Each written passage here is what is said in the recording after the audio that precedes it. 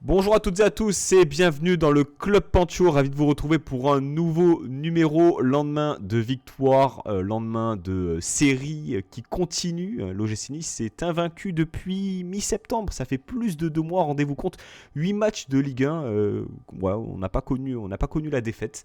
Donc il y a pas mal de choses à débattre ensemble ce soir. Le retour de la Ligue 1 aussi, ça fait plaisir. Et donc pour m'accompagner ce soir et pour revenir sur cette belle victoire hier soir 2-1 contre Strasbourg, j'ai déjà le plaisir d'accueillir Pierre qui est de retour, un énième retour. On aime les retours dans le Club Pancho. Salut Pierre, comment ça va? Bonsoir Pancho, ravi d'être ici à nouveau et d'enchaîner une deuxième émission en peu de temps. Également, vous l'avez sans doute découvert, vous qui suivez le Club Pancho un peu moins si vous êtes dans la sphère un peu Twitter. Il s'agit de Franck qui avait fait ce numéro, cette petite capsule tactique sur le système Franck Hez. Bonsoir Franck, comment ça va?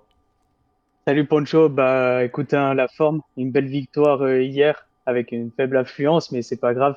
Et en tout cas, merci encore de m'inviter. Ça fait plaisir, deux émissions de suite, on va dire entre guillemets, mais enfin très proches. Donc on est là, on est Voilà, prêt. il y a pas de titulaire, il n'y a que des entrants, comme disait ce bon vieux Galtier. Voilà, pour vous rappeler que Christophe Galtier était entraîneur de l'OGC Nice. Pour celles et ceux qui l'avaient oublié, Euh, écoute Franck, tu parlais de l'affluence. Allez, Hmm. on va commencer par ça. Et puis après, Je t'ai chamboulé là. Ben non, non, il y a aucun problème. Au moins, on évacue, on va dire, un des points négatifs de la soirée. Euh, voilà, l'affluence hier soir, 15 000 spectateurs environ. J'ai vu voilà, entre 15 et 18 000 Ouais. pour être précis. Pour un match du dimanche soir, voilà, l'affiche un peu de cette journée. Voilà, Nice-Strasbourg, c'est pas Nice-PSG, c'est pas Nice-Marseille, mais ça reste quand même un beau duel de Ligue 1 qui, finalement, à la fin de la journée, te permet d'être dans le top 5. Alors, il y a pas mal de sujets à évoquer là-dessus. C'est un peu le sujet qui revient aussi tous les 15 jours lorsqu'on parle de l'affluence à l'Alliance. Pierre, est-ce que finalement, c'est pas honteux? Voilà, je te pose la question. 15 000, est-ce que c'est pas honteux un dimanche soir pour une équipe comme l'OGC Nice qui finalement est invaincue depuis plus de 2 mois, comme on l'a dit, qui marque plus de buts que l'année dernière, qui a beaucoup d'énergie à revendre? Tout n'est pas parfait, mais est-ce que ça mérite 15 000 quoi finalement? L'année dernière, pour votre information, on n'est pas descendu en dessous des 20 000, donc bon. Honteux, effectivement, je pense que c'est le mot. Alors que Nice soit pas une ville de foot, ça je pense qu'on va pas recommencer le débat éternellement. On le sait, sur la Côte d'Azur, il y a peut-être d'autres occupations. On peut toujours trouver des excuses, l'accessibilité au stade. Euh, il y a les gens qui travaillent le lendemain, les enfants qui vont à l'école. Il y a 2 semaines contre Lille, c'était le week-end de 3 jours avec le 11 novembre. Enfin, en fait, on peut toujours trouver des excuses, mais à un moment donné, quand on voit que les autres stades sont pleins et qu'il y a qu'à Nice que le stade se remplit pas, bah, c'est qu'il faut aussi qu'on se remette en question. Et moi, la question de l'adversaire aussi, c'est quelque chose que j'entends plus comme excuse. Parce qu'à un moment donné, on est supporter de Nice. On vient pour encourager notre équipe. On vient pas pour voir l'adversaire. Et surtout, bah, en fait, une victoire contre Strasbourg, elle vaut autant de points qu'une victoire contre le PSG ou l'OM. Donc en fait, chaque match est important. Sur le plan comptable, il n'y en a pas un qui vaut plus que l'autre. Peut-être dans le cœur des supporters, après, évidemment, il y a des affiches qui comptent plus. Mais moi, j'avoue que ça m'agace de voir le stade vide. Alors, moi, je suis fier d'être présent, voilà, parce qu'on est là pour chanter pour l'équipe, pour représenter le club. Et nous, du coup, les supporters présents, on n'a rien à se reprocher. Euh, et puis, je pense aussi, bah voilà, comme tu l'as dit, Pancho, toi qui est expatrié, les supporters qui aimeraient bien venir au stade s'ils le pouvaient, bah, tous ces gens qui sont sur place et qui viennent pas alors qu'ils pourraient. Je trouve ça vraiment, vraiment dommage. Et moi, à titre perso, je fais des déplacements régulièrement, des 1000 kilomètres aller-retour sur un week-end. Et donc, quand j'entends que ce soit en France ou en Europe, et donc quand j'entends que des gens peuvent pas faire 20 kilomètres aller-retour pour aller au stade, bah moi, c'est quelque chose que j'ai du mal à entendre. Et je ne peux pas dire que ces gens sont réellement des passionnés du gym et qui sont réellement supporters.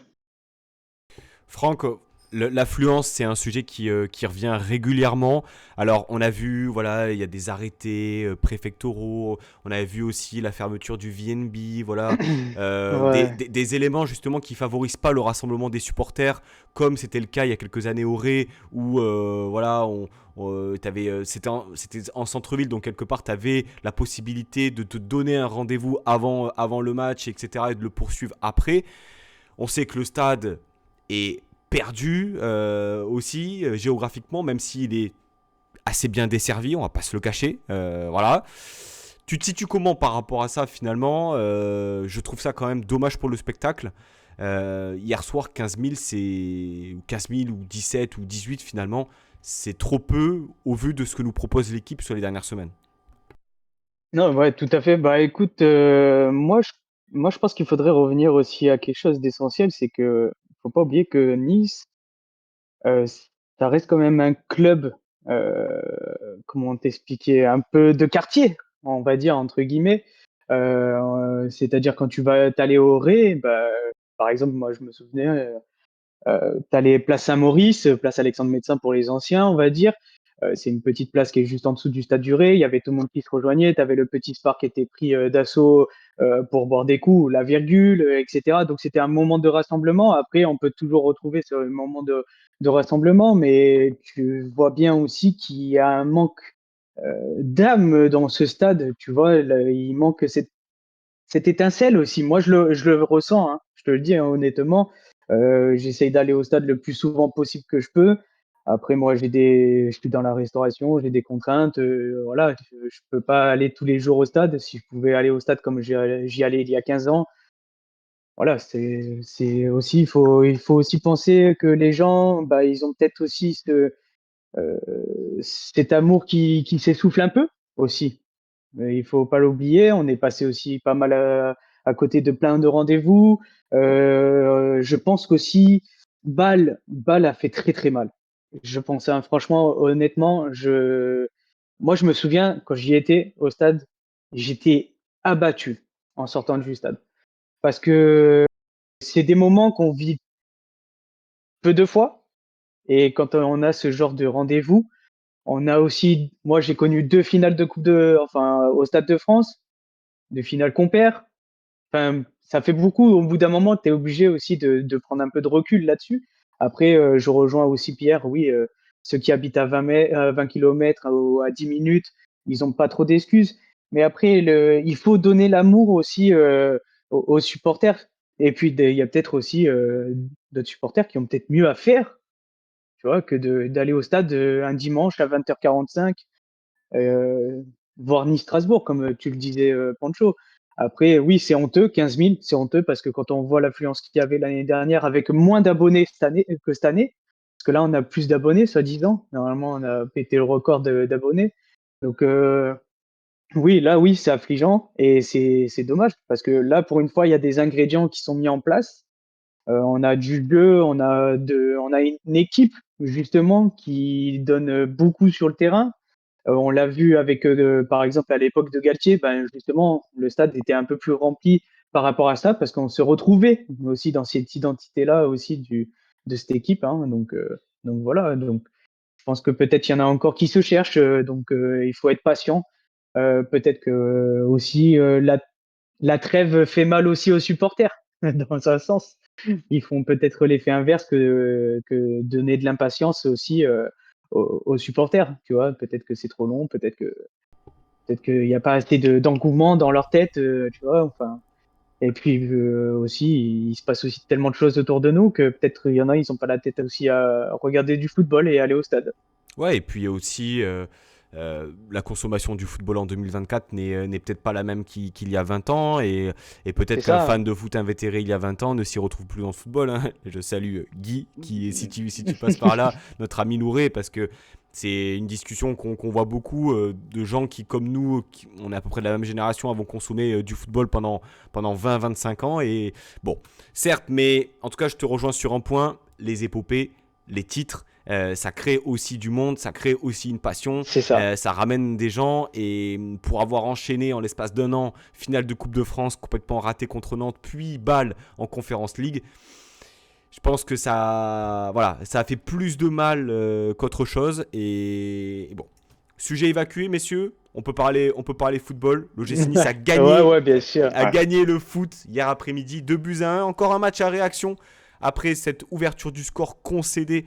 Eh bien, en première mi-temps, j'ai pas les stats en tête, mais ça fait peut-être le troisième match consécutif qu'on est mené après Twente et Lille Ouais, de c'est mémoire. ça. Ça. Euh, A contrario, Strasbourg perd son 15e point, enfin ses 15e points après avoir ouvert le score. Donc voilà, on est sur deux mondes différents. Pierre, ton ressenti à l'issue de cette rencontre, une victoire, une série qui continue, une réaction, encore une. Euh, comment tu te sentais au coup de sifflet final? Bah voilà, déjà pour compléter ta stat, nous, effectivement, c'est 8 points après avoir été mené. Et puis, sentiment mitigé, sentiment déjà satisfait parce que forcément, bah, les 3 points qui étaient extrêmement importants pour remonter justement à cette cinquième place et mentalement passer devant Lyon qui sera notre prochain adversaire en Ligue 1, donc arriver chez eux devant au classement, c'est toujours positif. Après, voilà, c'était un changement de système pour Francaise, passer à 4 derrière, où du coup, on a vu une animation différente dans le jeu. Malgré tout, toujours cette envie de jouer qui était agréable, même s'il y a eu des ratés, des erreurs, notamment celle qui amène au but strasbourgeois. Mais c'est vrai que si on regarde sur la première mi-temps et même sur le match au global, c'est globalement la seule grosse occasion. Bon, il y en a eu une autre en deuxième mi-temps, mais voilà, c'est l'une des rares occasions pour Strasbourg qui nous a mis en difficulté, parfois en transition, mais on a bien su gérer. Et derrière, nous, on a bien su repartir avec pas mal derrière, surtout en deuxième période. Donc, il y a eu encore une fois ce caractère qui m'a plu. Moi, c'est quelque chose que je trouve au-delà du résultat. Ce que je dis toujours, c'est que je reprocherai jamais une défaite au club, mais de ne pas jouer le match. Et là-dessus, on a cette force de caractère-là, qui est très clairement inculquée par Francaise. Euh, on le sait. C'est quelque chose, par exemple, qu'on voyait moins avec Farioli l'année dernière. Je pense que le charisme et déjà la petite expérience de Francaise en Ligue 1 en tant qu'entraîneur aide aussi. Et du coup, cette réaction qu'on voit, ce refus de la défaite, tout simplement, et cette envie de toujours revenir, c'est positif. Par contre, à nuancer, parce que du coup, on concède effectivement relativement souvent l'ouverture du score. Et ça, je vais quand même le reprocher, parce qu'effectivement, il faut aussi trouver des points d'amélioration. Ben, c'est d'être toujours à réaction plutôt qu'en action. Voilà, j'aimerais bien que l'équipe sache aussi prendre un match en main et du coup bah, réussir les entames. Les entames de match souvent nous desservent, on l'a vu notamment contre Lille. Je crois qu'on prend le premier but au même moment, à peu près à 20e minute. Donc les entames de match sont compliquées. Je pense qu'il faudra remédier à ça et ça va être le gros axe de progression pour la deuxième partie de saison. Mais globalement, on est satisfait. On peut être que satisfait après 8 matchs sans défaite en Ligue 1. Franck, Pierre parlait justement de ce système-là. On l'avait vu en cours de match sur les dernières rencontres de l'OGC Nice. Là, on a eu, on va dire, ce démarrage à 4 derrière, conditionné sans doute aux absents, ou pour toi, il y a une vraie bascule aussi dans l'idéologie d'approche de Francaise?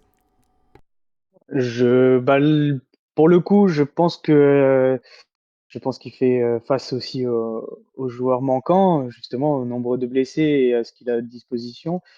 Je pense que c'était très compliqué, par exemple, de lancer des jeunes joueurs comme Anju, qu'on pouvait voir qui était dans le groupe, qui est un défenseur central, ou replacer Rosario dans une défense à trois. Il a voulu tenter ce coup tactique, peut-être aussi en étudiant Strasbourg depuis un petit moment, et il a mis un game plan qui a été ultra intéressant dans ce match-là, où on a pu voir en fait un 4-3-3 qui était vachement modulable, où c'est passé du 4-3-3 au 4-2-3-1. Des fois, il y avait des 4-2-2 en construction, en phase de construction. On avait un 4-4-2 en phase de pressing pour justement essayer de mettre un maximum de pression. Je pense que c'était étudié. Après, à voir s'il va le remettre en place, par exemple, face à Glasgow, jeudi. S'il y a les retours pour une défense à 3, je pense qu'il va remettre la défense à 3. Mais s'il a vu justement de l'espoir dans ce système-là et dans cette philosophie-là de jeu, parce que c'est rien à voir avec celle du 3-4-3 qu'on pouvait voir. Là, on voit quelque chose où c'est très modulable avec beaucoup de jeux de position, justement, et moins de jeux de mouvement. Et ça m'étonnerait pas de le revoir. Après, c'est lui le coach, hein, donc je suis pas dans sa tête malheureusement.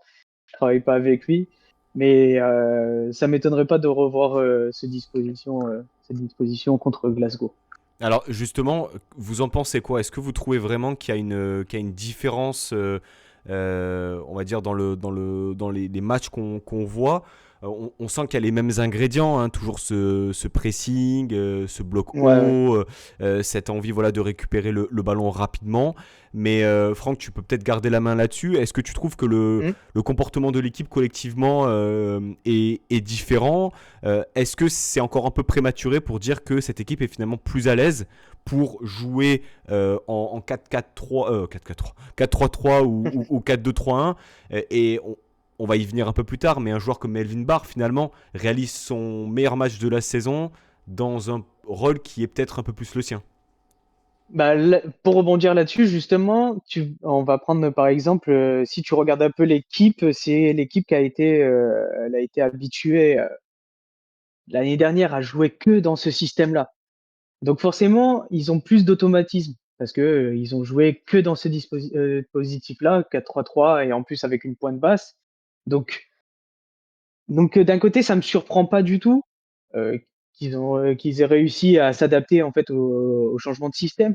Donc d'un côté, et comme tu disais pour Bard, l'année dernière, tout le monde le disait, c'était le meilleur joueur de notre effectif. L'année dernière, il faut dire ce qui est. Et ça a été dans ce 4-3-3.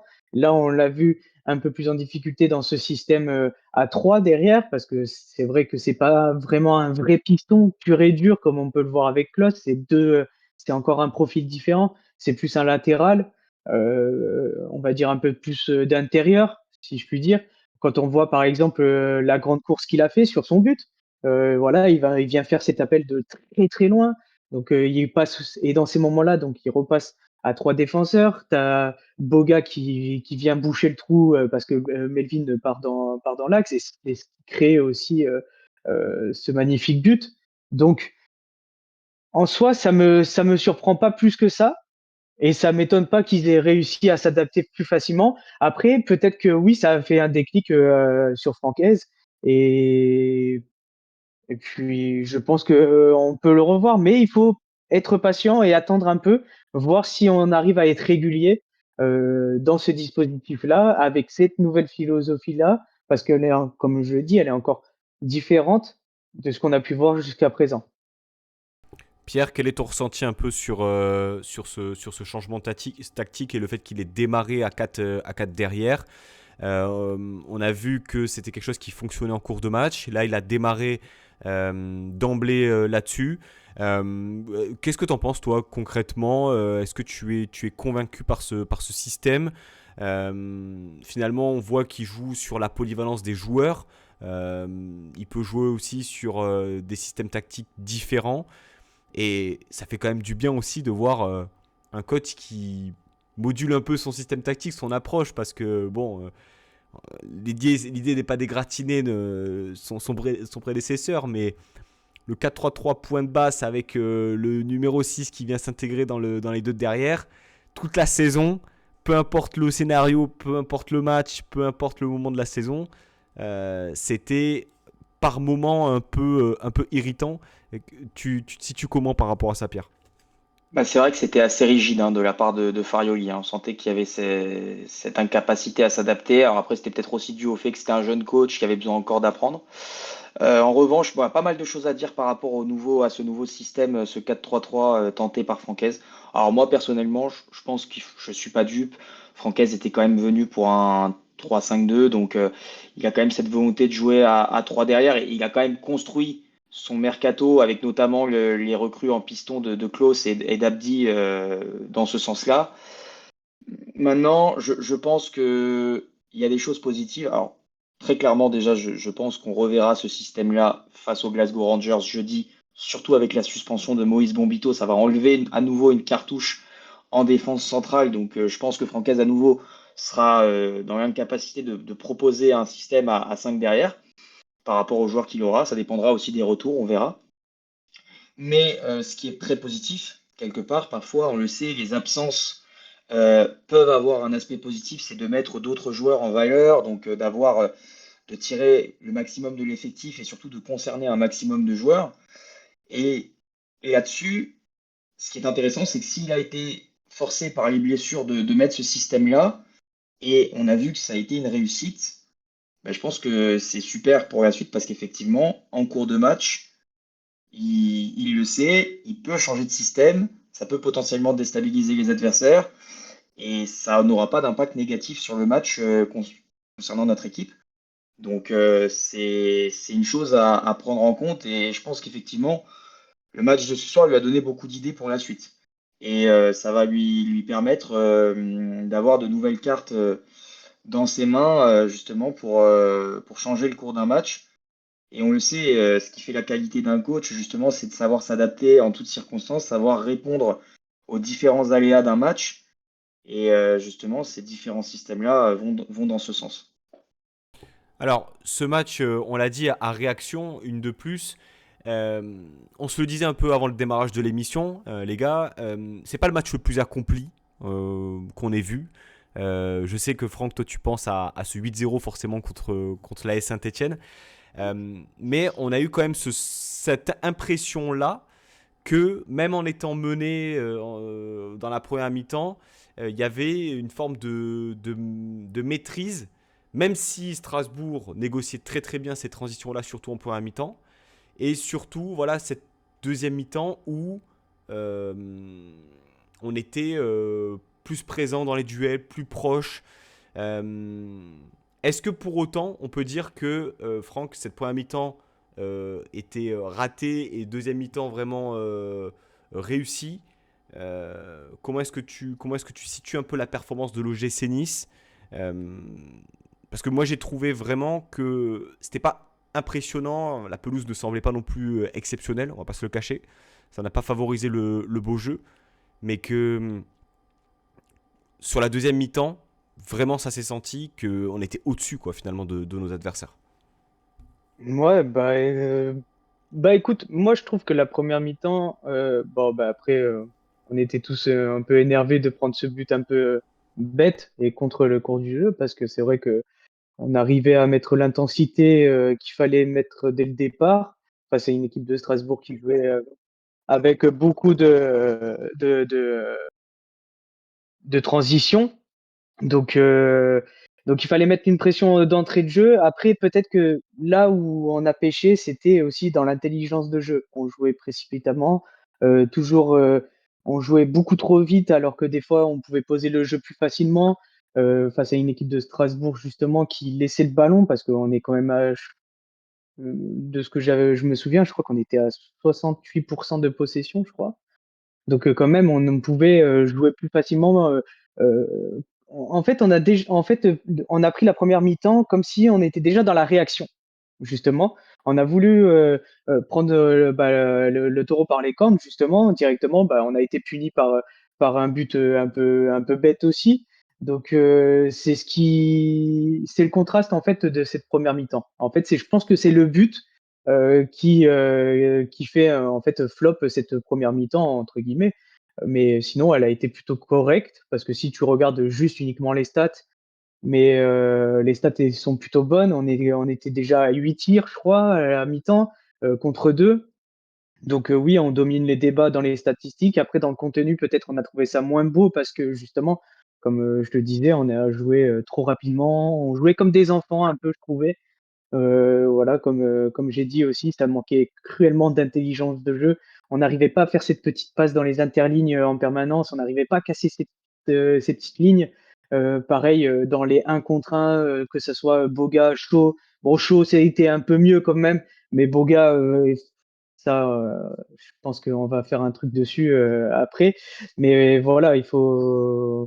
Enfin, on a des attaquants ultra rapides et on s'en sert pas aussi, donc c'est dommage. Quand on voit que par exemple, il y a beaucoup de décalages qui ont été créés par Diop, par Guessant dans cette première mi-temps justement. Aucun des 2 prenait cette profondeur axe justement, parce que tu avais les décalages de Guessant qui se faisaient. Donc c'était dommage, mais après voilà, encore une réaction. Mais je pense que c'est un peu la force de notre effectif. Je pense qu'on aime être dans cette situation et je pense que ça sera le mieux. Donc il faut continuer ainsi encore une fois. Et après, oui, peut-être encore une fois, je te l'avais déjà dit dans une émission que peut-être il fallait être encore plus tueur. On a encore ce problème d'efficacité. Euh, c'est affolant quand même d'avoir autant de problèmes d'efficacité dans les 30 derniers mètres. Donc je pense qu'à ce moment-là, le jour où vraiment on aura cet instinct tueur, on pourra facilement mieux gérer les matchs, comme tu l'avais dit aussi précédemment dans un ancien numéro, quoi.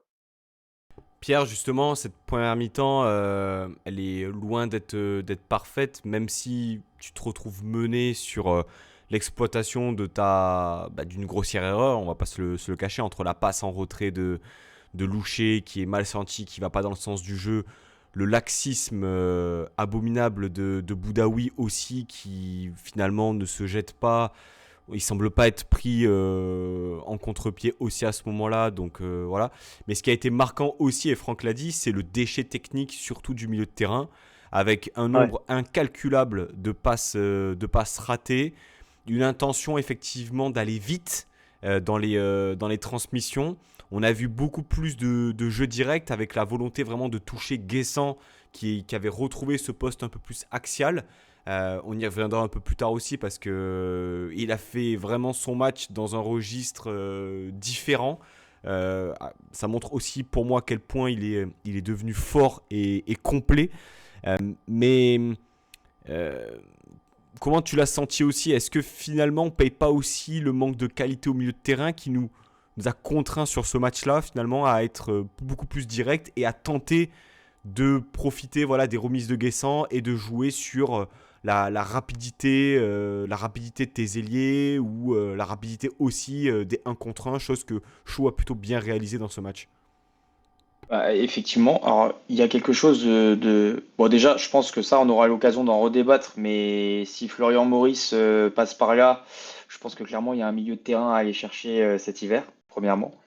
Deuxièmement, effectivement, le milieu Rosario Boudaoui, hier soir, ça a été cataclysmique en première mi-temps surtout. J'avais même l'impression, je m'arrachais les cheveux en tribune, parce que j'avais vraiment l'impression qu'il faisait des passes au hasard. Un nombre de déchets techniques avec des passes qui n'arrivaient jamais à destination. Je comprenais pas, honnêtement, ce qu'ils faisaient sur le terrain. On se demandait s'ils avaient cette envie, qu'est-ce qu'ils étaient venus faire ici. Et moi, j'ai eu quand même du mal avec cette première mi-temps, parce que bon, il y a cette erreur-là, effectivement, mais on a tenté de réagir, mais je trouvais ouais, qu'il y avait trop de déchets techniques pour faire mieux, alors que pourtant, on voyait qu'en face, Strasbourg restait relativement limité. C'est-à-dire que d'ailleurs, on l'a vu hein, en deuxième mi-temps, quand on a davantage augmenté le rythme et qu'on a mis plus de pression et qu'on a intensifié les attaques, bah, en même pas 10 minutes, on a inscrit 2 buts. Donc ça prouve bien qu'il n'y avait pas non plus, qu'il manquait pas grand-chose voilà, pour faire basculer ce match et le renverser en notre faveur.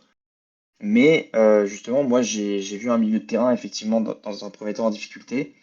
Et derrière, bah, des joueurs voilà, qui sont sortis du lot et qui ont permis de faire beaucoup mieux. Je pense à Diop, que j'étais très content au coup d'envoi de voir un cran plus bas. Pour moi, Diop n'est pas un ailier, c'est plus justement un joueur qui va être capable de créer du jeu, d'apporter des solutions, de rythmer la partie. Alors, il avait peut-être moins eu l'occasion de le faire avec les blessures. Là, il revient à un super niveau et je trouve qu'à ce poste-là, il est encore plus à l'aise. On l'a vu avec sa qualité de passe sur le premier but de Barre, c'est une passe lumineuse, quoi. Il n'y a rien d'autre à dire.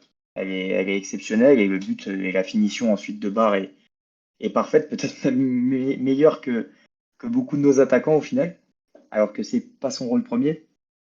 Et effectivement, cette efficacité que même quand on était devant, justement, je voyais qu'il restait une demi-heure.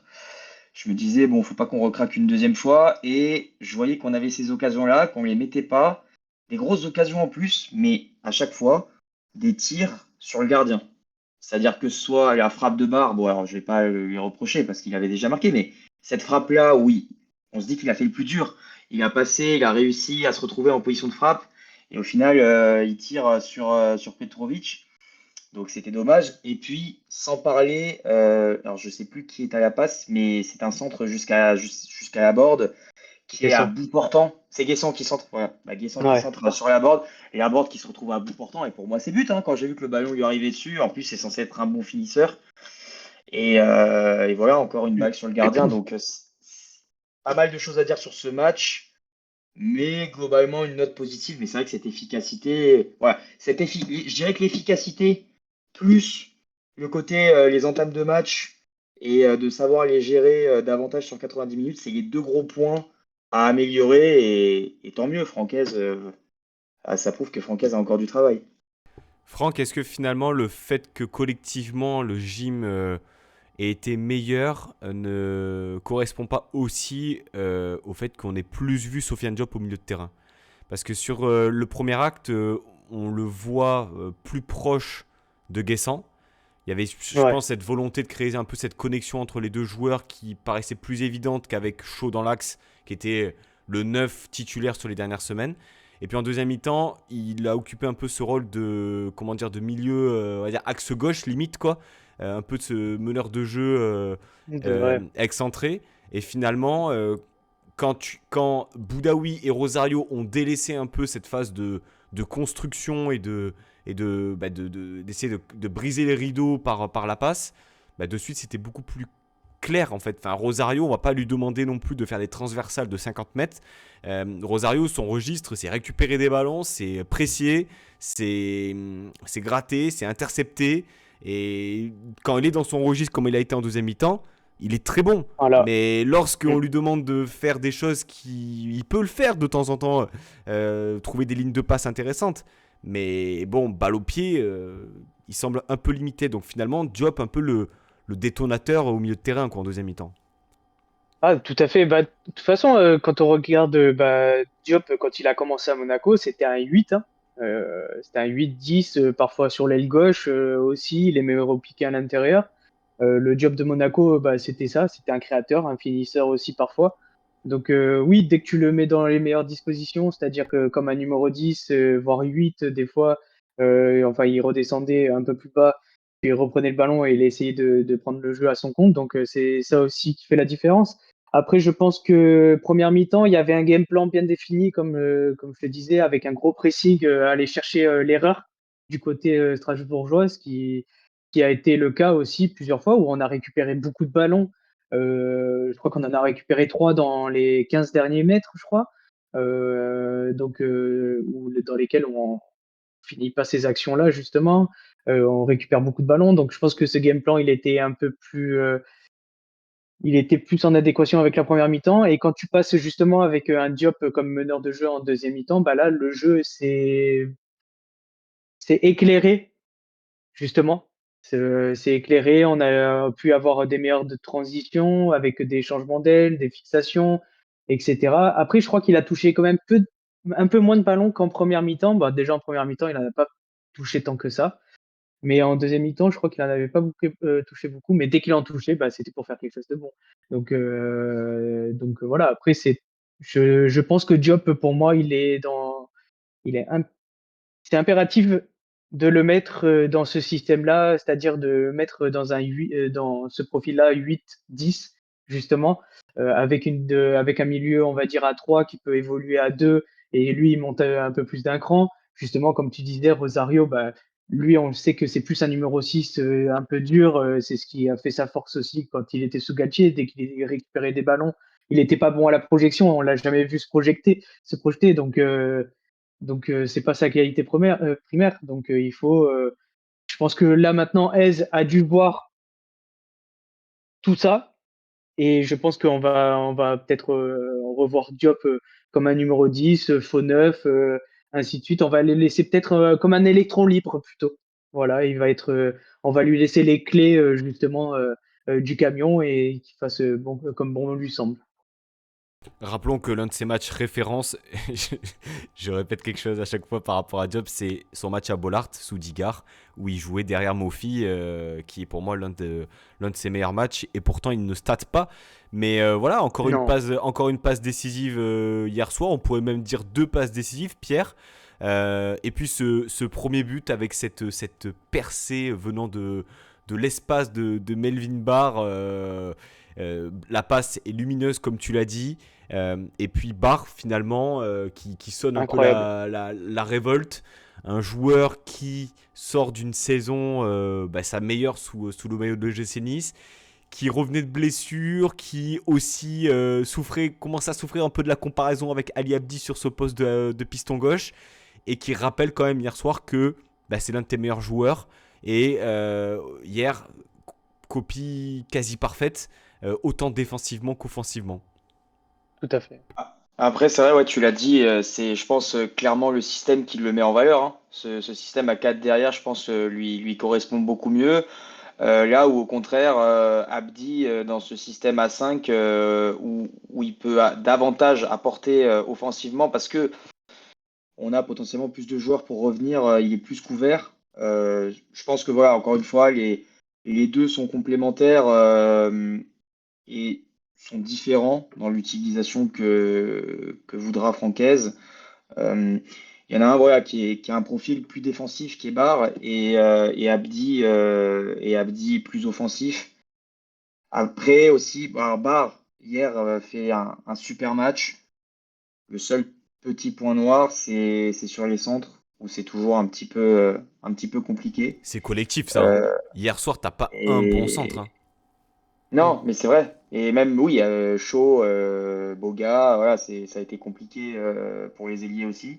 Mais je trouve, par exemple, que depuis le début de saison, on a identifié que Klose et Abdi, ils étaient capables de distribuer quand même des galettes plus facilement que les autres joueurs de l'effectif. Hmm. Après, voilà, chaque joueur est différent, chaque joueur a ses qualités aussi. Donc, Barre, Tout à voilà, fait. apporte cette sérénité. Voilà, Barre apporte cette sérénité, par contre, dans son couloir gauche. Il faut bien le reconnaître. Il a aussi cette capacité à rentrer dans cette défense centrale. Ça, on l'a vu cette saison, on l'a découvert avec Francaise. Donc, c'est un joueur polyvalent. Et encore une fois, je salue la qualité du coach là-dessus, d'être capable de tirer le meilleur de son effectif et de tirer le meilleur de la polyvalence des joueurs, parce que moi, jusqu'à cette année, je ne pense pas que Barr était potentiellement un bon défenseur central, et il le prouve cette année. Donc voilà, globalement, sur ce match-là, on a vu pas mal de belles choses de sa part. Diop aussi qui s'est mis en avant, et les trois autres joueurs que je vais souligner, c'est Guessant, Dante et Bombito aussi. Guessant qui a apporté vraiment beaucoup de il a beaucoup pesé sur la défense strasbourgeoise. Il a mis un pressing permanent, pressing qui amène justement le deuxième but. Et puis derrière, effectivement, cette complémentarité entre Dante et Bombito qui jouent tout simplement ensemble comme si ça faisait déjà 4 saisons qu'ils évoluaient tous les deux. Donc c'est beau. On a réussi à créer, à garder cette charnière-là et cette belle défense qui faisait notre marque de fabrique ces dernières années. Je vais rester sur Guessant. Franck, de retour dans l'axe, alors que ça faisait quelques Ouais. matchs qu'il était aligné à droite et chaud dans l'axe. Un match où on l'a vu dans un registre quasiment 90 minutes différent, beaucoup moins dans la percussion balle au pied, beaucoup moins dans le dépassement, mais voilà, dans le jeu de haut but, dans le fait de gagner des duels. Et Ah en ouais. fait, il montre que aussi là, il est bon. Et il state pas hier, mais il fait un match, je trouve, ultra complet. Fait aussi de courage et de combativité, parce que plusieurs fois, il se retrouve en fait tout seul. entre deux ou trois Strasbourgeois, il arrive à te gratter une touche ou il arrive à te gratter un ballon. Enfin, honnêtement, c'est pas un match qui marquera, on va dire, statistiquement parlant, mais c'est un match qui montre qu'il progresse de semaine en semaine et ça devient un attaquant ultra complet. Ah bah après, c'est ce qu'on attend aussi d'un joueur des fois, hein, de pas bon, ça nous embête qu'il score pas, mais des fois, bah voilà, si tu arrives pas à scorer, il faut être capable de d'aider l'équipe autrement. Hier, il a été monstrueux dos au but. Enfin voilà, qualité primaire, dos au but, très avec beaucoup d'impact physique. Tu sens que pour les défenseurs, c'est très dur de défendre là-dessus. J'en suis sûr que si on pose les questions aux Strasbourgeois, enfin aux défenseurs strasbourgeois, comment est fait Guessant, ils vont te dire que c'est du béton, quoi. Tu vois, c'est comme un rugbyman, j'ai l'impression. Dos au but, c'est très très dur de le bouger. Toujours il a toujours été aussi dans la dépense énergétique. Donc, d'un côté, même s'il a fait pas beaucoup de dépassements, comme tu dis, il a quand même beaucoup bougé dans l'attaque. Des fois, tu le voyais à droite, des fois, tu le voyais à gauche, des fois, tu le voyais descendre, tu le voyais faire ci, tu le voyais faire ça. Il essayait quand même d'aider l'équipe par son jeu de mouvement, justement. Il essayait de déstabiliser l'équipe, le bloc de Strasbourg, avec ses différents appels qu'il faisait. Donc, ouais, bah, il progresse. Il y a pour le moment, il y a rien à dire. Bon, ce n'est que scorer. Mais en attendant, c'est notre meilleur attaquant. On peut rien lui reprocher, contrairement à d'autres joueurs qu'on pourra faire par la suite. Euh, pour moi, voilà, Guessant, c'est un sans faute encore et encore. Après, il y a rien à rajouter. Effectivement, il lui manque peu, hein, il lui manque 14 buts pour atteindre les 20 buts en, en championnat et battre le record de Dario. Le type, semaine après semaine, il revient toujours là-dessus. Pierre, tu parlais aussi de la charnière centrale. Alors, je vais te poser une question. Aujourd'hui, 25 novembre, est-ce que Moïse Bombito euh, n'a pas réussi à remplacer JC Todibo alors, Oui, monsieur. non, alors, pas dans le, comment dire, dans l'accomplissement, même si effectivement, si on parle de palmarès, il y en a pas, mais quelque part, l'accomplissement aussi de par sa régularité sportive. Je te parle à l'instant T, vraiment le joueur en termes de qualité pure et dure. Faut voir aussi les changements tactiques qu'il a connus. Au centre dans une défense à 3, axe droit dans une défense à 3, à 2 dans une défense à 4. Impressionnant. Semaine après semaine, tous les mois, il s'envoie un aller-retour au Canada pour faire de la trêve internationale. Non, il est. Je sais pas, après, peut-être que ma question elle est orientée, mais finalement, pas trop mal le Moïse, quoi. Bah écoute, moi je vais nuancer ma réponse parce que voilà, je vais essayer d'être le plus objectif possible. Il y a déjà plusieurs points différents à aborder au niveau vraiment purement sportif. Je pense que la direction, enfin la cellule de recrutement a fait un super choix en recrutant Moïse Bombito parce qu'effectivement, on savait qu'il serait très difficile de remplacer JC à son départ par un joueur aussi qualitatif que lui au moment de son départ. C'est très important de le préciser parce que ma réponse va être orientée là-dessus. Euh, je pense que Moïse Bombito, en revanche, a largement le niveau de Todibo au moment de son arrivée en 2021. Et là-dessus, si ce n'est peut-être un peu plus fort, et là-dessus, il faut reconnaître que c'est très fort de la part de la direction, parce qu'on parle d'un transfert à 7 millions d'euros. Donc avec peu de moyens, comme d'habitude, on a su montrer qu'on avait de très bonnes idées et qu'on était peut-être plus intelligent dans nos mouvements au mercato que lorsqu'on avait beaucoup d'argent. Donc ça, c'est une constante visiblement à l'OGC Nice. Donc là-dessus, à ce niveau-là, super coup. On devait remplacer JC, c'était un dossier très épineux du mercato et on l'a fait avec brio. Maintenant, je pense qu'on peut le dire avec le recul, les 3 mois de recul qu'on a. Euh, je pense qu'aussi, la deuxième chose, c'est au niveau de l'état d'esprit. Alors déjà, moi, c'est un joueur que j'aime beaucoup et c'est un de mes chouchous parce que je trouve il aime les supporters. On sent qu'il a un amour du club et des supporters. Il va pas uniquement voir la Populaire Sud, et pourtant je suis en Populaire Sud, donc, mais je trouve que c'est important de faire sentir tous les supporters concernés. Et il a l'habitude de faire le tour entier du stade. Donc il va avoir tous les supporters. Et ça, mine de rien, c'est des choses importantes. C'est des petits détails qui font la différence, qui vont faire qu'un joueur voilà, va être plus ou moins apprécié de l'ensemble du public et même au niveau de son état d'esprit sur le terrain. Ce que je reprochais à JC, c'était ses sauts d'humeur parfois, qui nous coûtaient le match, il faut bien le dire, parce que c'était des cartons rouges, donc des suspensions derrière pour les autres matchs. Euh, Moïse Bombito, on sent que c'est quelqu'un peut-être de plus sain d'esprit. Et justement, il est d'une sérénité, il sort pas de son match. Voilà, il est concentré tout le temps. Et je trouve que ce qui est encore plus impressionnant par rapport à JC, ça il faut aussi le préciser, c'est son passé. Il vient de MLS, faut pas l'oublier. Donc c'est un changement radical de championnat en termes de niveau, en termes, tu le disais, de système. Donc ça n'a rien à voir. Et la manière dont il a su s'adapter à la Ligue 1, à un nouveau système en si peu de temps, c'est vrai que ça force le respect et c'est aussi peut-être ce qui rend et ce qui crée le débat par rapport à JC justement et son niveau. Mais moi, Moïse Bombito, c'est un grand oui, quoi. C'est top, top recrue cet été, quoi. Franck, quelque chose à rajouter par rapport au développement de Pierre qui a dit beaucoup de choses justes.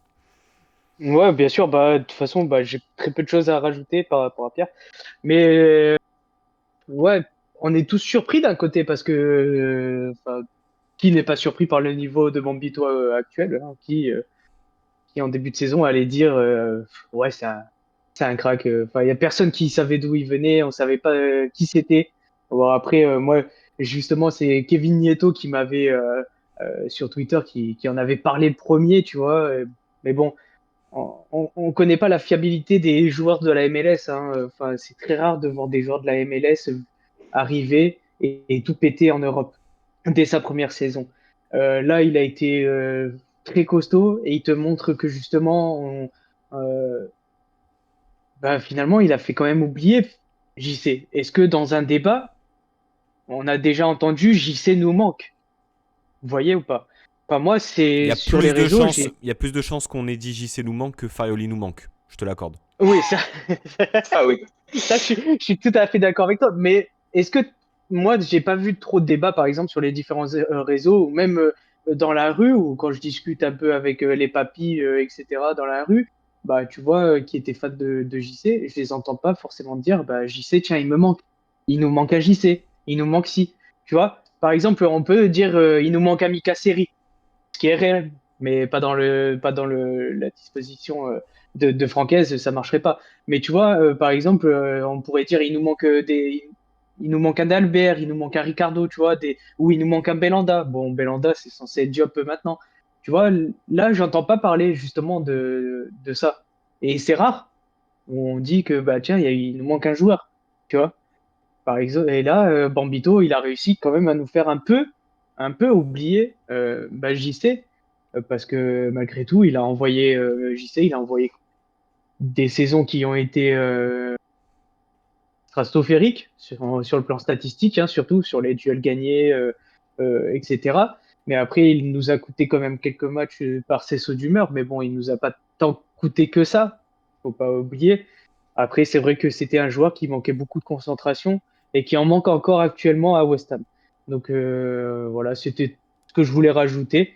Mais moi, c'est quelque chose que j'ai remarqué que, bah, par exemple, j'entends pas grand monde parler de JC. Tu vois. Après, là, j'ai vu juste là, dernièrement, il y en a un qui a dit JC plus Bambito, ça donnerait quoi? Bah, voilà, c'est tout. J'ai juste vu ça. Mais bon, après, j'ai pas vu quelqu'un dire quoi que ce soit. Tu vois, JT revient ou Kefren revient, tu vois.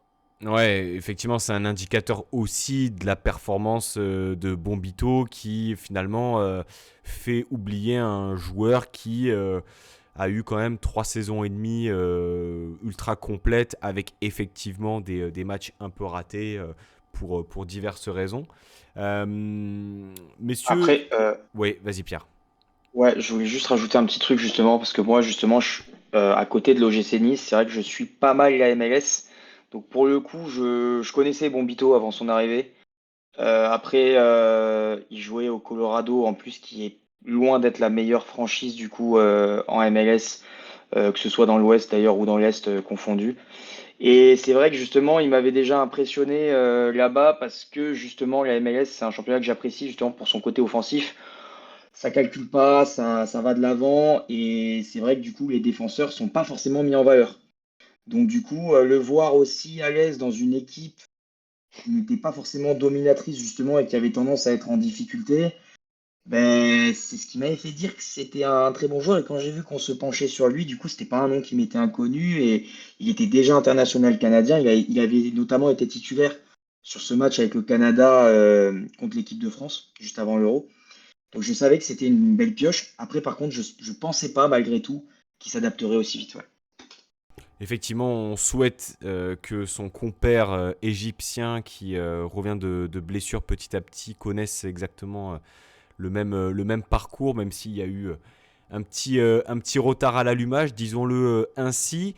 Messieurs, au rayon des satisfactions, bon, on a parlé de Bombito, Dante également, euh, auteur d'un excellent match. J'ai quand même envie de souligner aussi le bon match et le bon rattrapage de match de Tom Louchet dans la globalité Mm. parce qu'il est quand même en partie responsable de l'égalisation, de l'ouverture du score de par sa passe, mais volontaire, de l'énergie pendant tout le match. Et en plus de ça, voilà, un poste différent de latéral droit dans une défense à 4 qu'il a rarement occupé. Je ne sais pas trop ce que vous en avez pensé, mais en tout cas, moi de mon côté, il aurait pu plonger mentalement. Et en fait, au même titre que l'équipe, il s'est mis au diapason pour sortir une prestation assez complète. Chose qu'un certain joueur, mais c'est fou parce que semaine après semaine, en fait, on va dire la même chose, mais il va falloir qu'on le dise. Mais le match de Jérémy Boga, parce que en première mi-temps, on a eu la paire de milieu de terrain Boudaoui, Rosario qui n'y étaient pas. On va se le dire ainsi. Hein. Ils ont rehaussé leur niveau en deuxième En mi-temps. deuxième, ouais. Rosario plus que Boudaoui, mon opinion. Mais alors, le match de Jérémy Boga, et ce qui est inquiétant, c'est qu'en fait, lorsqu'on pense à son match, il n'y a aucune action qui nous vient en tête, si ce n'est des situations où, alors, encore une fois, hein, ici, on est dans une émission de supporters, on n'est pas des spécialistes, on juge des faits, et j'ai aucunement un dossier envers Boga. Par contre, c'est certaines choses, ça devient vraiment inquiétant. Inquiétant dans la compréhension du jeu, dans la bonne passe, le bon mouvement, et ça devient très lisible. Très lisible. Ballon dans les pieds, le ballon arrive, et puis il est arrêté constamment à chercher à faire la différence, extérieur, intérieur. Il n'y a pas d'innovation, il n'y a pas de passe, il n'y a pas de relais. C'est chercher toujours l'exploit individuel. Et hier, je suis désolé, l'action qui me revient en tête, c'est cette remise ou cette frappe, on ne sait pas exactement ce que c'est. Ouais, cette frappe, ouais, qu'il a Cette frappe loupé. ratée intérieur du pied, où il est très proche de la ligne de but du gardien. C'est effrayant, effrayant techniquement. Donc pour un joueur qui est censé être un leader technique, auteur de 6 bons derniers mois sous Farioli l'année dernière, semaine après semaine, ça ne se résout pas. Est-ce que vraiment il y a un dossier Boga comme on peut dire qu'il y a eu ou qu'il y a un dossier Boulka qui veut se lancer sur Boga? Bon, moi, je suis chaud de me lancer sur Boga, si tu veux. Ça me dérange pas du tout. Non, après Boga, en vrai, je pense qu'il faudrait peut-être attendre encore un peu parce que lui aussi, il a quand même cette mentalité-là de bien faire les choses. Mais c'est vrai que ça devient agaçant. Moi, je suis le premier à le dire, ça devient très agaçant. Même le langage corporel qu'il déploie sur le terrain, il est il est pas bon. Enfin, le langage qu'il envoie, tu as l'impression que c'est un joueur feignant, alors que c'est censé être un joueur tonique, dynamite. Enfin, tu vois, il doit, il doit exploser à lui tout seul une défense. Je me souviens des Zerbi, il disait après Messi, il y a des Jérémy Boga, tu vois. quand tu sais qu'il disait ça sur Jérémy Boga quand il était à Sassuolo, il faisait quelque chose de fou. Même des fois l'Atalanta, bon, même s'il jouait un peu moins, l'Atalanta, il faisait quand même des superbes choses. Mais tu as l'impression que là, il joue un peu avec le frein, qu'il a pas trop envie. Enfin, on a l'impression qu'il est un peu dans le dur, peut-être mentalement. C'est peut-être aussi ça, hein, si on peut peut-être reprocher ça. Mais c'est vrai que le langage corporel, il est loin de ce qu'on avait vu un peu de l'année dernière. L'année dernière, quand tu vois contre Monaco, par exemple, quand on gagne 1-0 sur son but, il il part de très, très loin sur le côté, il dribble 2-3 joueurs, bah, c'est ce qu'on attend de Boga, en fait. Et Boga, il est capable de faire ça. Mais là, on le voit pas du tout faire ça ces derniers matchs.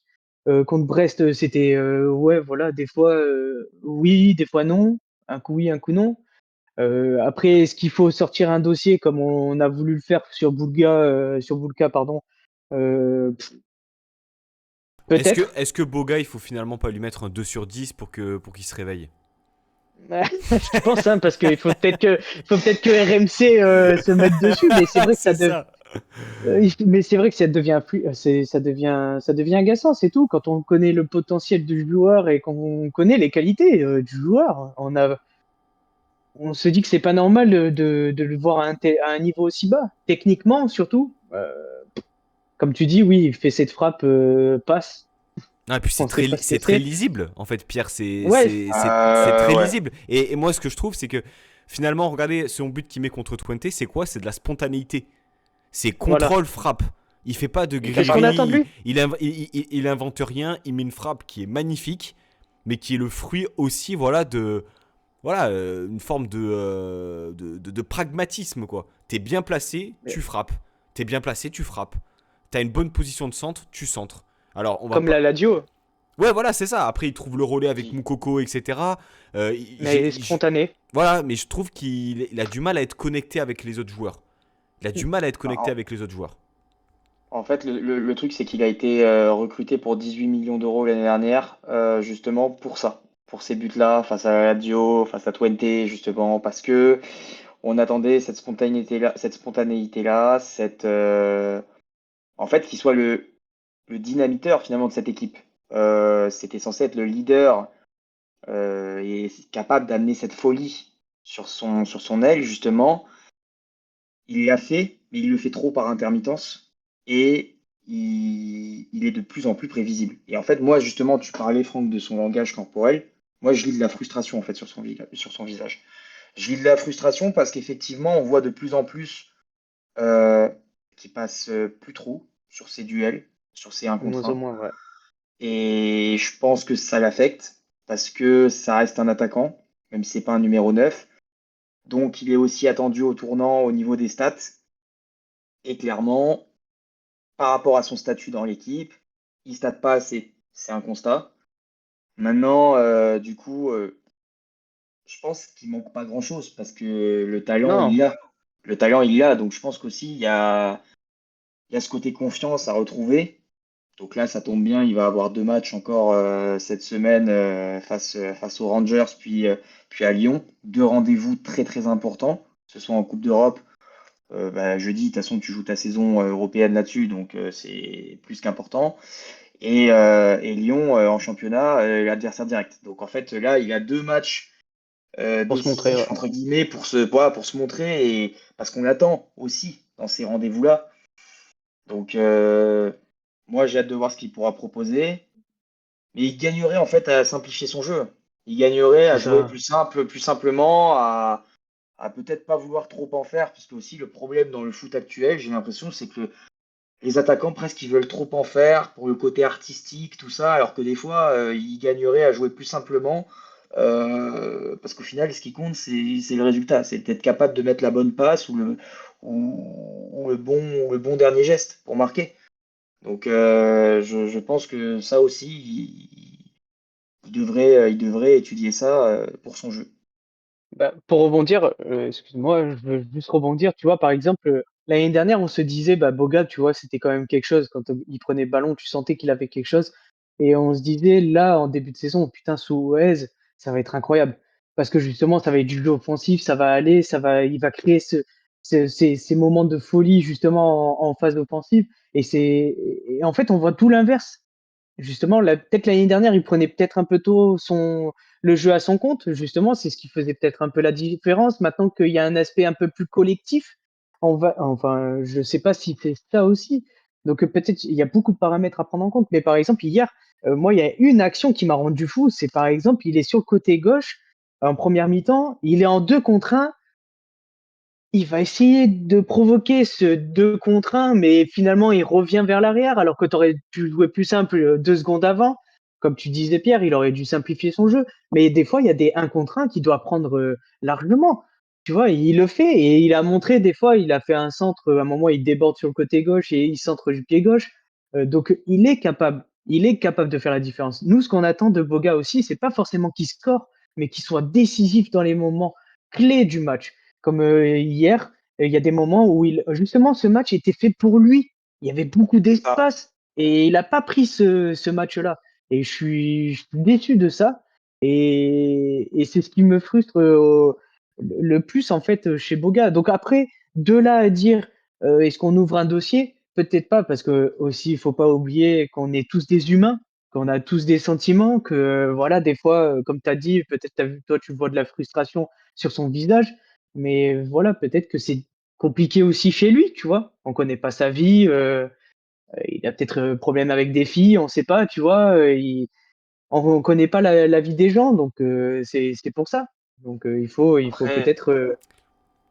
ouais, après c'est vrai que c'est censé être le joueur frisson de l'équipe Ouais, et c'est vrai que voilà. c'est frustrant pour nous supporters bah, que les frissons se fassent de plus en plus rares quoi.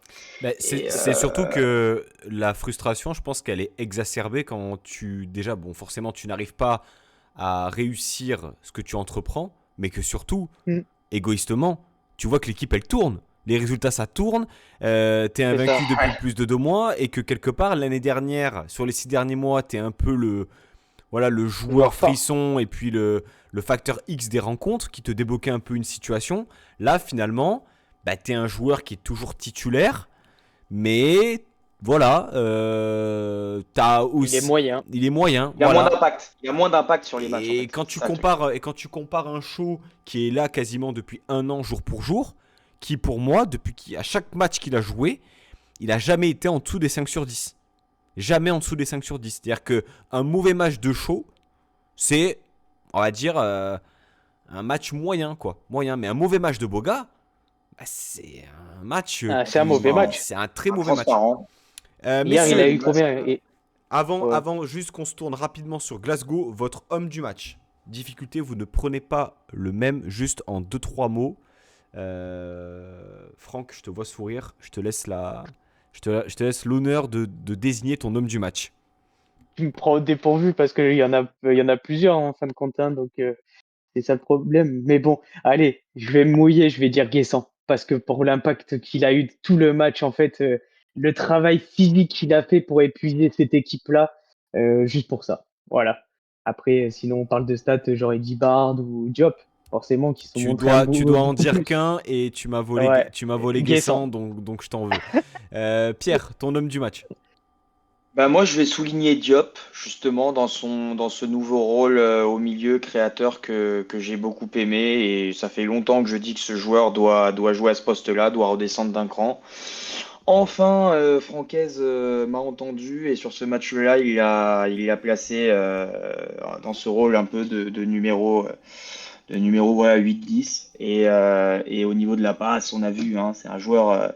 Quand il est en pleine possession de ses moyens, il est capable de gestes de qualité et les deux passes qu'il adresse sur les deux situations de but, voilà, prouvent que c'est un joueur sur lequel on devra s'appuyer sur les prochaines rencontres. Ok, donc vous me prenez Diop et Guessant, ça me fait pas plaisir. Grosse bailletta à Anto qui regardera ce numéro et Diop, bah voilà, dans cette configuration-là, en proposant un match comme ça, vraiment c'est un plaisir. Alors, Barre, c'est logique, mais j'ai envie d'aller sur Loucher parce que j'ai été dur avec lui. Honnêtement, j'ai été dur avec Ok. lui parce que pour en avoir discuté ici, même en dehors, je le trouve et je le trouvais sur ces matchs par moments un peu limité, me questionnant même sur sa fiabilité niveau Ligue 1. Je ne dis pas que ça deviendra un latéral droit ou un joueur confirmé titulaire chez nous, mais sur le match d'hier, j'ai apprécié sa réaction, j'ai apprécié son engagement, j'ai apprécié ses efforts, j'ai apprécié son activité aussi sur son côté droit, dans un rôle différent. Et voilà, quand c'est pas bien, on le dit, quand c'est bien et quand c'est mieux, il faut le dire aussi. Donc, petite mention honorable à l'ami Tom Loucher. Bon, forcément, Melvin Barr, que d'amour pour Melvin Barr. Propagande, bien sûr, Melvin Barr, Coupe du Monde 2026, comme le fameux Gouiri, Coupe du Monde 2022, vous vous rappelez ou pas? Ouais, mais bon. Voilà. Allez, dur. pour vous rappeler aussi qu'Amine Gouiri a porté le maillot de l'OGC Nice. Ça allait encore. Messieurs, jeudi soir, match très important. Est-ce qu'on peut dire que c'est le match le plus important de la saison, finalement là, parce que c'est clairement le match qui va te faire basculer ou non dans la phase de barrage. Et quelque part, si tu ne le gagnes pas, j'ai pas le classement sous les yeux, mais... Ouais, t'es quasiment... 31e, donc mais à 2 points du 24e. Donc il faut le gagner. Voilà. Comment vous le voyez? Si tu veux voyager... Comment vous le voyez, messieurs? Bombito absent. Il y a d'autres absents aussi. Bon, peut-être éventuellement des retours, mais il semblerait que Klos ce soit trop juste. Abdi également. Peut-être Abdelmonem, qui n'était pas à 100% hier, mais qui sera sans doute de retour jeudi. Bon, là, je parle avec des si, mais c'est pas sûr qu'on récupère du monde en fait jeudi. Donc, tu prends Lyon ce week-end. Pierre, tu le sens comment? Alors, ça va être un match difficile, déterminant, mais c'est à la maison. J'espère, pour revenir sur le premier point qu'on a abordé dans l'émission, que le peuple niçois répondra présent dans ce match-là, parce qu'en plus, c'est à 21h. Il n'y a pas l'excuse du boulot à 18h45. Donc, non, j'espère vraiment que c'est un match où tout le monde se sentira concerné, que ce soit joueur ou supporter. Et comment je le sens? Alors pour moi, on n'est pas sur la meilleure équipe des Rangers des dernières années. Ils sont 3e dans leur championnat, ce qui est inhabituel parce qu'ils ont l'habitude de largement dominer avec le Celtic. Donc là, j'ai le classement sous les yeux. Ils sont qu'à 23 points et donc assez loin d'Aberdeen et du Celtic. Je suis allé faire un petit tour, j'aime bien zioter avant les débuts de match. Je suis allé faire un petit tour sur leur compte Twitter pour voir les avis de leurs supporters, tout ça. Donc, ils ont réclamé à la suite du match nul ce week-end face à Dundee la démission de Philippe Clément, qui était donc ancien coach de l'AS Monaco. Donc, je dirais que c'est pas la meilleure équipe des Rangers qui soit, alors on était habitué à les voir plutôt à un bon niveau. Après, en Europa League, on va nuancer parce qu'ils sont quand même 10e sur la phase de ligue, je crois. Et surtout, voilà, ils ont eu des résultats. Et aussi, ce qu'il faut dire, c'est qu'ils ont une très grosse expérience européenne. Voilà, ça, par rapport à l'OGC Nice, ce sera l'avantage qu'ils auront sur nous. Mais c'est un match, malgré tout, en termes, si on compare en termes d'effectifs purs, en termes de qualité d'effectifs, je pense malgré tout que ça reste une équipe qui est prenable. Parce que aussi, il faut nuancer, ils jouent dans un championnat quand même largement inférieur à la Ligue 1. Donc on a l'habitude de les voir sur des matchs avec des adversités plus faibles. Donc je pense que c'est une équipe assez joueuse malgré tout, ça c'est dans leur ADN. Mais justement, ce sera assez rugueux aussi.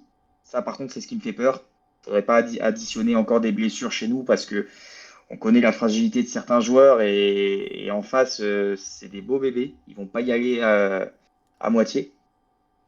Donc ça va être un match très intéressant physiquement, tactiquement, au niveau de l'intensité. Et voilà, pour moi, c'est le tournant.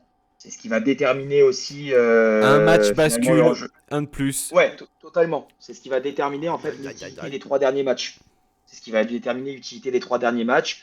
Et du coup, tu demandais si c'était le match le plus important de la saison. Bah, on verra s'il y a des playoffs après, on verra ce qu'on fera. À l'heure actuelle. Mais à l'heure actuelle, oui. Sans problème. Sur tous les matchs qui ont été sur on va dire quasiment la... On a joué combien? 15-16 matchs, toutes compétitions confondues. Ça semble être quand même ton match le plus important. J'en profite, passe décisive.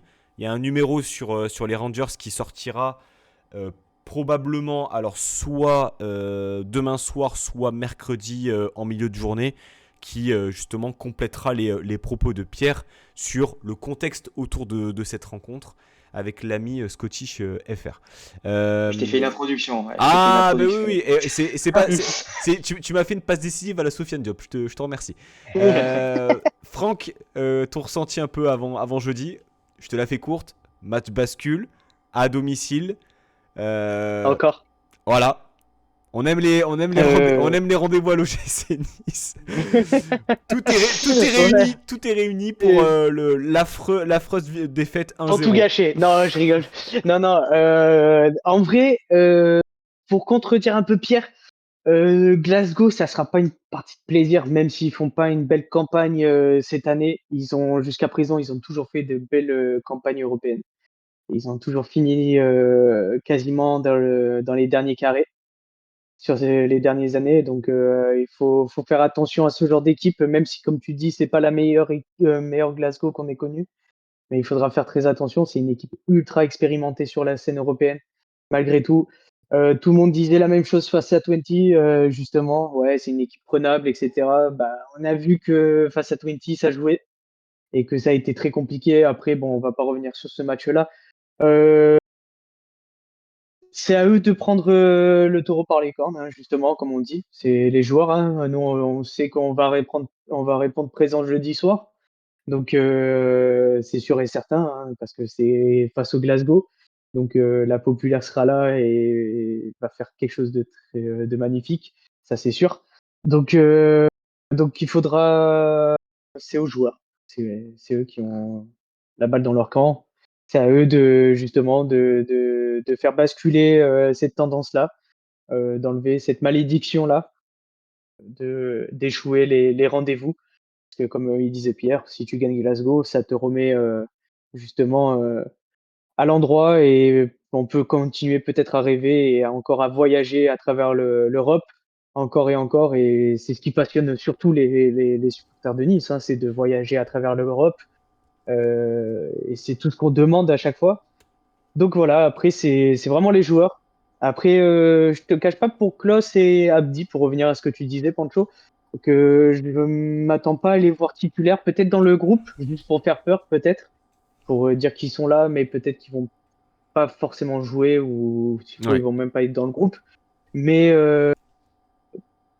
pas de prise de risque, je pense, parce qu'il y a un autre match aussi qui est très important. Bah, Ça va être le match de Lyon. Ouais, après ça tombe Glasgow avant Lyon, mais le match le plus important de la semaine, à mes yeux, ça reste Glasgow.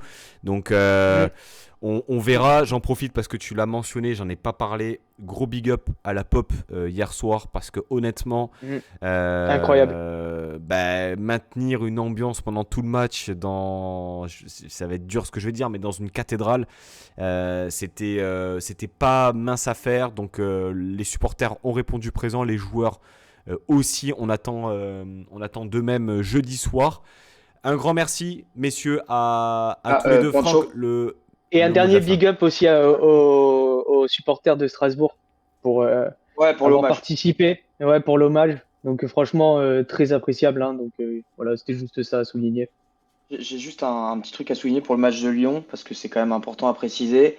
Peut-être, on espère en profiter, mais il faut pas oublier que Lyon a un déplacement en Azerbaïdjan quand même jeudi soir. Donc ça, c'est quand même un fait important à préciser, avec un 3 heures de décalage horaire et 6h30 d'avion. Donc faire ça aller-retour avec un match 3 jours après, pour eux, ça peut être un élément à prendre en compte. Perturbateur. Merci beaucoup, messieurs, pour votre venue dans l'émission. C'était un plaisir d'échanger autour de cette rencontre et de la prochaine de l'OGC Nice. Vous revenez quand vous voulez. Nous, on se retrouve cette semaine pour parler des Glasgow Rangers. Je vais y arriver. Le numéro est déjà enregistré. Je vous souhaite une très très bonne soirée.